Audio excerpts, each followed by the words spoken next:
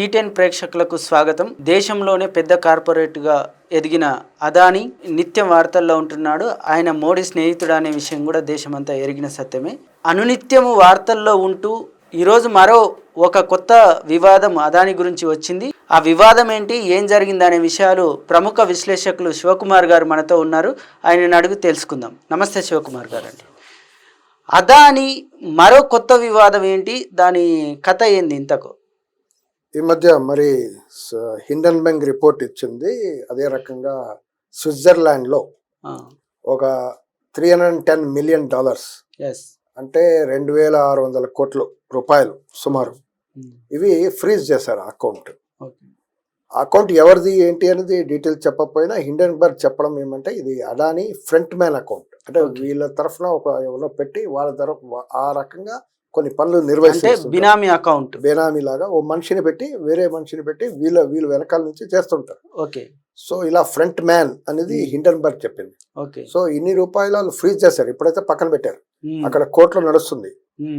ఇది 2 ఛార్జ్ వేశారు వాళ్ళు. ఒకటి మనీ లాండరింగ్, ఓకే, ఇంకోటి సెక్యూరిటీస్ ఫోర్జరీ.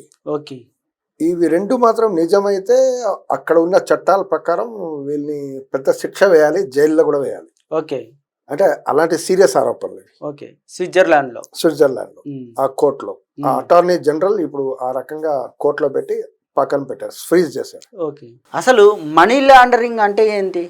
మనీ లాండరింగ్ ఈ మధ్య మనం అదానీ గారి దీనివల్ల ప్రజలు కూడా చాలా మంది ఇప్పుడు మనీ లాండరింగ్ అన్ని అందరు గూగుల్లో పెట్టి కూడా నేర్చుకునే, మనం అందరూ నేర్చుకునే అవకాశం వచ్చింది, చర్చ అవుతుంది. అంటే దొంగలు కొత్త దొంగతనాలు ఎట్లా చేస్తారో, ఆ కొత్త దొంగతనాలు ఎట్లా సినిమాలో చూపిస్తున్నారో ఇప్పుడు మనకు ఈ రకంగా కనపడుతుంది. మనీ లాండరింగ్ లో డిఫరెంట్ ఉన్నాయి. ఒకటి క్రిమినల్ సంస్థల్లో క్రిమినల్ ఆర్గనైజేషన్ ఉందనుకోండి, మీ డిపాజిట్ ఆ ఆర్గనైజేషన్ నుంచి టెర్రరిస్ట్ ఆర్గనైజేషన్ క్రిమినల్ ఆర్గనైజేషన్ నుంచి డిపాజిట్ తీసుకొని స్విస్ బ్యాంక్ లో పెడితే, అది స్విస్ బ్యాంక్ ఏ బ్యాంక్ లో పెట్టినా అది మనీ లాండరింగ్ కింద వస్తుంది. ఇల్లీగల్ గా పెట్టాం. తర్వాత ఇల్లీగల్ ఇన్కమ్, అసలు మీ ఇన్కమ్ కాదు, ఇల్లీగల్ గా వచ్చింది, అది కూడా పెడితే మనీ లాండరింగ్ కింద వస్తుంది. తర్వాత ఇల్లీగల్ సోర్స్ మీరు ప్రకటించకపోవడం, ఇప్పుడు నేను డబ్బులు వేసాను, ఈ బ్యాంక్ నుంచి తీసి వేరే బ్యాంక్ లో వేసాను, సో సోర్స్ క్లియర్ ఉంది, నేను ఈ చెక్ ఇస్తున్నాను, నా జీపే ఇస్తున్నాను, వెళ్తుంది, కానీ వీళ్ళ సోర్స్ ఇల్లీగల్ ఉంటుంది. అంటే ఆ డబ్బు ఎక్కడి నుంచి వచ్చింది అనే సోర్స్ అది తెలియదు. ఇప్పుడు డొల్లా కంపెనీలు ఉన్నాయి, మారిషస్ నుంచి డొల్లా కంపెనీలు ఉన్నాయని పాత హిండన్బర్గ్ రిపోర్ట్ చెప్పింది.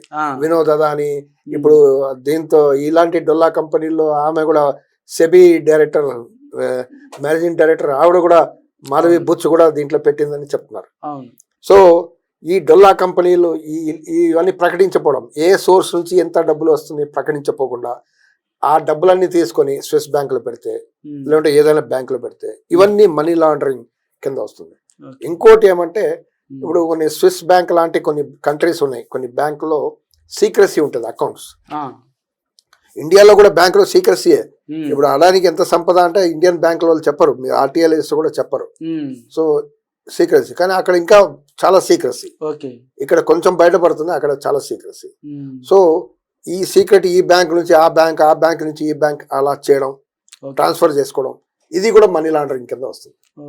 సో మనీ లాండరింగ్ అనే ఛార్జ్ లో ఈ 4-5 యాక్టివిటీస్, ఇది అదానికి ఏ యాక్టివిటీ ఏది వర్తిస్తుందో చూడాల్సిన పరిస్థితి ఇంకా కొన్ని రోజులు. ఇప్పుడు మీరు మాట్లాడుతున్నప్పుడు ఒకటి సెక్యూరిటీ ఫోర్జరీ అన్నారు, అసలు సెక్యూరిటీ ఫోర్జరీ అంటే ఏంటి? సెక్యూరిటీ ఫోర్జరీ అంటే మీకు ఫేక్ సెక్యూరిటీ పెట్టడం. ఇప్పుడు మీరు డబ్బులు పెట్టారు, సెక్యూరిటీ కూడా ఉంటుంది, దాంట్లో ఫేక్ ఉంటుంది, అలా కూడా చేస్తారంట. సో అది ఫేక్ సెక్యూరిటీ. అదే రకంగా ఫేక్ స్టాక్ బాండ్స్ రియల్ ఉండవు, ఫేక్ ఉంటాయి. ఆ ఫేక్ బాండ్స్ ని తీసుకొని ఆ రకంగా అది చూపించి ఇదో నా సెక్యూరిటీ అని పెట్టడం, నా సెక్యూరిటీకి ఫేక్ బాండ్లని చూపించడం, నిజమైన బాండ్లని చూపించకుండా ఫేక్ బాండ్లని చూపించడం. దొంగలు ఎట్లా చేస్తారో అలా.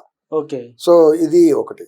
అదే రకంగా కంపెనీ ఫైనాన్స్ లో, నీ కంపెనీ ఫైనాన్స్ లో తప్పుడు వ్యవహారాలు చేయడం, రాంగ్ ఇన్ఫర్మేషన్, లేదంటే మీ బ్యాలెన్స్ షీట్ ని సరి చేయడమో, సెట్ చేయడమో, ఓవర్ స్టేటింగ్, ఇవన్నీ ఉంటది, చాలా ఉంటాయి. కంపెనీ దాంట్లో ఏమంటే ఓవర్ స్టేటింగ్, ఓవర్ ఇన్వాయిసింగ్ కూడా ఉంటుంది.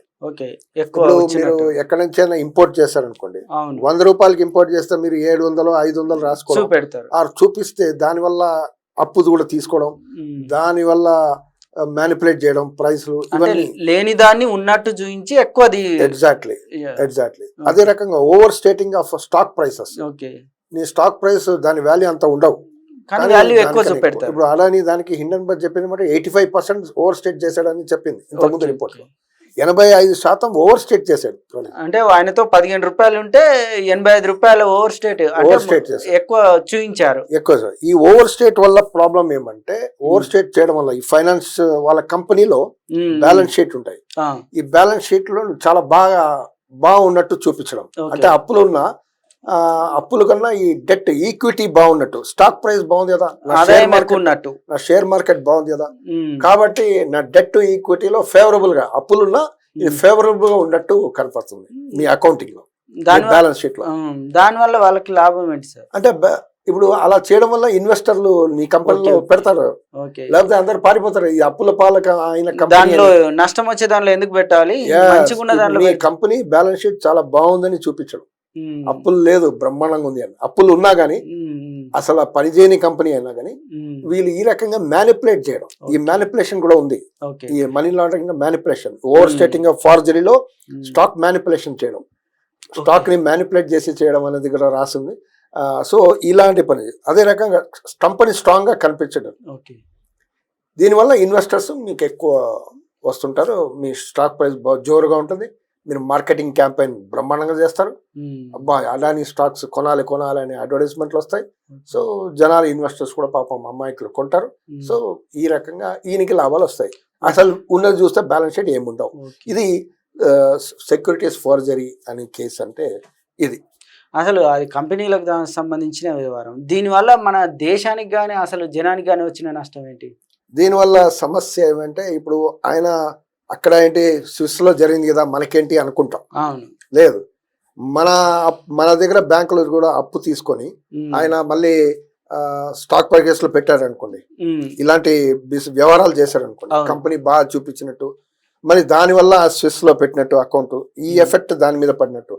అప్పుడు ఈ కంపెనీ మన బ్యాంక్స్ దగ్గర అప్పులు తీసుకుంటాడు, డొల్లా కంపెనీలో పెడితే, మారిషస్ లాంటి డొల్లా కంపెనీలో పెడితే అది అసలు షెల్ కంపెనీస్, మారిషస్, సైప్రస్ ఇలాంటి దేశాలు ఉన్నాయి, ఇలాంటి దేశాల కంపెనీల నుంచి పెడితే మళ్ళీ మీకు అసలు కంపెనీలు ఉండవు, కానీ బోర్డు మీద పేపర్ మీద కంపెనీలు ఉంటాయి, కానీ నీ డబ్బులు అప్పులు ఉంటాయి. నీ ఎస్బీఐ అప్పులు ఇస్తుంది, ఎల్ఐసి అప్పులు ఇస్తుంది. ఇప్పుడు అదానికి ఎస్బీఐ, ఎల్ఐసిలు పెద్ద ఎత్తున అప్పులు ఇచ్చాయి.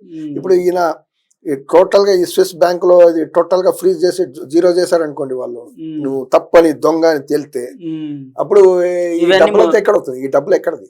ఈ డబ్బులు ఇక్కడి నుంచి తీసుకుపోయి. సో దేర్ ఫోర్ ఎస్బీఐ నష్టపోతుంది, ఎల్ఐసి నష్టపోతుంది. ఎల్ఐసి నష్టపోతే ప్రజలు నష్టపోతారు, ఎందుకంటే ప్రజలంతా ప్రీమియం కడుతున్నారు. ఎస్బీఐ అంటే ప్రజలంతా డిపాజిట్స్ ఉన్నాయి, అలా ఇంకా ఎన్ని బ్యాంక్స్ ఉన్నాయి మనకు తెలియదు. సో ఈ రకంగా దేశ ప్రజల పైన ఏమవుతుంది, రేపు ఈ అప్పుల్ని మెల్లిగా గవర్నమెంట్ మొన్న లాస్ట్ ఇయర్ చూసాం, 2 సంవత్సరాల క్రితం 10 లక్షల కోట్ల రూపాయలు మాఫీ, కార్పొరేట్ ఈ పాత అప్పుల్ని మాఫీ చేసి నీ బ్యాలెన్స్ షీట్ క్లీన్ చేయమన్నారు. క్లీన్ వైట్ వాష్ అన్నారు వాళ్ళు, వైట్ వాష్ చేసి పెట్టారు సార్. వైట్ వాష్ చేయడం వల్ల 10 లక్షల కోట్ల రూపాయలు వాళ్ళది మాఫ్ చేయడం వల్ల ప్రజల సంగతి ఏంటి? ఇప్పుడు ప్రజలు మీరు బ్యాంకులో వెళ్తే ప్రతి దానికి మీకు సర్వీస్ ఛార్జెస్ బాగా పెరిగినాయి. ఉదాహరణకి నేను వీసా కోసం అప్లై చేసినప్పుడు వెళ్ళాను, ఒక చిన్న సర్టిఫికేట్ నీ బ్యాలెన్స్ లో 6 లక్షలు ఉన్నాయి అని రాసిచ్చారు. రాసిచ్చిన దానికి 177 రూపాయలు నా అకౌంట్ లో డెబిట్ అయింది. చిన్న సర్టిఫికేట్, ఒక పేపర్. ఓకే, సర్వీస్ సర్టిఫికేట్ వాళ్ళ సర్వీస్ చేశారు, సర్వీస్ బిజినెస్ భాషల్లో ఓకే ఉండొచ్చు, కానీ ఎంత పెరిగింది చూడండి. నేను ఎస్బీఐ ఒక ఉద్యోగిని అడిగితే అవునా ఇంత ఉందా, మాకే ఆశ్చర్యంగా ఉంది అని అంటున్నారు, అంటే ఇంత ఎక్కువ ఉంది అనేది. సో ఇదన్నీ ప్రజల మీద భారాలు పెడతారు, అంటే వాళ్ళు నష్టపోయింది ప్రజల మీద భారాలు. సో ఈ రకంగా దేశం కూడా పెద్ద ఎత్తున అఫెక్ట్ అవుతుంది. శ్రీలంకకు నూతనంగా ఎన్నికైన అధ్యక్షుడు అదాని గురించి ఒక ప్రకటన చేశారు. ఆ ప్రకటన ఏంటి ఆయన చెప్పింది? ఆయన ఎన్నికల క్యాంపెయిన్ లో, ఎన్నికల ప్రచారంలో క్లియర్ గా కొన్ని చెప్పాడు. శ్రీలంక దేశాన్ని బాగుపడతాం, శ్రీలంక ఆర్థిక వ్యవస్థని చేంజ్ చేయాలి, ఈ దిశగా వెళ్తే బాగుండదు, ప్రజలకి చేంజ్ చేస్తాం. దీంట్లో ఏమేమి ప్రజలకి హానికరమైన ఏమైనా అగ్రిమెంట్ ఉంటే దాన్ని రివ్యూ చేస్తాం అన్నాడు, క్యాన్సిల్ చేస్తాం అన్నాడు. దాంట్లో అలా చెప్పడంలో విండ్ ప్రాజెక్ట్ ఉంది, Adani wind project. Okay okay. ఇది మన గతంలోనే తెలుసు. విండ్ ప్రాజెక్ట్ చేసినప్పుడు అక్కడ ఉన్న అధికారి ఒక ఆయన పార్లమెంట్ లో చెప్పాడు, ఇది మోడీ ప్రెషర్ మీద జరిగింది, ఇది ప్రెషర్ మీద మేము చేసుకున్నాం అనేది ఆయన చెప్పాడు. ఆయన చెప్తే అక్కడ రాజపక్ష, విక్రమసింగే వీళ్ళందరూ లేదు ఇలా చెప్పడానికి వీలు లేదంటే ఆయన రిజైన్ చేశాడు. అది రద్దు చేశారు, ఆ స్టేట్మెంట్ ని పార్లమెంట్ రికార్డ్స్ నుంచి తీసేశారు. సో ఇది మనకు తెలుసు అది ఏంటి జరిగింది అనేది వాళ్ళ అధికారి బయట పెట్టాడు. సో ఈ విండ్ ప్రాజెక్ట్ లో అన్యాయమైన అగ్రిమెంట్ ఉన్నాయి, ఇది ఎక్కువ శ్రీలంక డబ్బులు ఎక్కువ వృధా అవుతున్నాయి, దీనివల్ల శ్రీలంక దేశ ప్రజల ఆస్తి దీనికి నష్టం అనేది ఆయన చెప్పాడు. దీన్ని మాత్రం రివ్యూ చేస్తాం, రివ్యూ చేయకపోతే క్యాన్సిల్ అయినా చేస్తాం అనేది క్లియర్ గా ప్రకటించడం జరిగింది. ఓకే. ఇప్పుడు అదాని లాంటి కార్పొరేట్లు ఉద్యోగాలు కల్పిస్తున్నారు, దేశ సంపదకు తోడ్పడుతున్నారు, ట్యాక్సీలు కూడా కడుతున్నారు కదా, ఇదంతా దేశ సంపదకు తోడ్పాటే కదా వాళ్ళు ఇచ్చేది. ఇది ప్రజల్లో ఒక చర్చ. ఐ స్టాండ్ బై అడానీ అని ఓ హ్యాష్ ట్యాగ్ తో వచ్చేస్తుంది. మనది భారతీయుడు కదా, ఐ స్టాండ్ బై అదానీ అని ఓ హ్యాష్ ట్యాగ్ తో వచ్చేస్తుంది. అదానీ ఎఫెక్ట్ అయితే ఐ స్టాండ్ బై అదానీ, ఓ కామన్ మ్యాన్ కూడా ఐ స్టాండ్ బై అదానీ. ఆయన 50,000 కోట్ల రూపాయలు 2014 లో, 2024 లో 16 లక్షల కోట్ల రూపాయలు. ఎంత తేడా చూడండి, రేట్లు 32 సార్లు పెరిగినాయి జస్ట్ 10 years లో. మరి అందరు ఏమనుకున్నారు, బాగా ఇన్వెస్ట్ చేశాడు. పోర్ట్ లో ఆయన పేరు కనబడుతుంది, ఎయిర్పోర్ట్ లో ఉంది, థర్మల్ పవర్ లో ఉంది, ఇంకా ఎక్కడ ఏం చూసినా Adani power, Adani coal, Adani gas అన్ని ఉంటాయి. అవును, ఇవన్నీ చేస్తే ఎంతమంది ఉద్యోగాలు ఇచ్చాడు? గవర్నమెంట్ లెక్క ప్రకారం 23,000 మంది మాత్రమే ఉద్యోగాలు దొరికినాయి. అంటే 23 ఇంత సంపద సంపాదించిన మనిషి 23,000 మంది మాత్రమే. అంటే పబ్లిక్ సెక్టార్, మిగతా ప్రైవేట్ సెక్టార్ బాగా ఉద్యోగాలు ఇస్తున్నాయి, కానీ అడానీ కంపెనీ మాత్రం ఉద్యోగాలు ఇవ్వడంలో లేదు. అదే రకంగా ట్యాక్స్ కడుతున్నారని మీరు అన్నారు. అవును, ఇంత ఇప్పుడు రిచెస్ట్ మ్యాన్ కదా, ఈ మధ్య రిచెస్ట్ మ్యాన్ అని వచ్చింది. ట్యాక్స్ కడితే దేశ సంపదకు తోడ్పాటే, కానీ ట్యాక్స్ ఎంత కడుతున్నాడు? టాప్ 10 మేము తీయండి, ఎంతమంది ట్యాక్స్ కడుతున్నారు చూడండి. టాప్ 10 లో కొన్ని ప్రైవేట్ సెక్టార్, కొన్ని పబ్లిక్ సెక్టార్ ఉంటాయి, కానీ అదానీ కంపెనీ ఎక్కడ కనబడదు టాప్ 10 లో. మరి టాప్ 1 కదా అయిన మనిషి. టాప్ 1 అంటే టాప్ 1 ట్యాక్స్ పేరు కూడా ఉండాలి కదా లెక్క ప్రకారం. అంతే సింపుల్. అది లేదు, ఆయన ఉండడు. అంటే ఈ విధానాలు ఈ మొత్తం ఎలా ఆయన్ని తోడ్పాటు చేస్తున్నాయి. ఇప్పుడు ఒక ఇన్ని ఫ్రాడ్ అనేది వాళ్ళు ప్రకటించారు, హిండెన్బర్గ్ స్విస్ లో కూడా ప్రకటించారు. సో ఇప్పుడు ఆ ఫ్రాడ్ అదానీ కంపెనీదా ఏంటి అనేది హిండెన్బర్గ్ క్లియర్ గా చెప్పింది.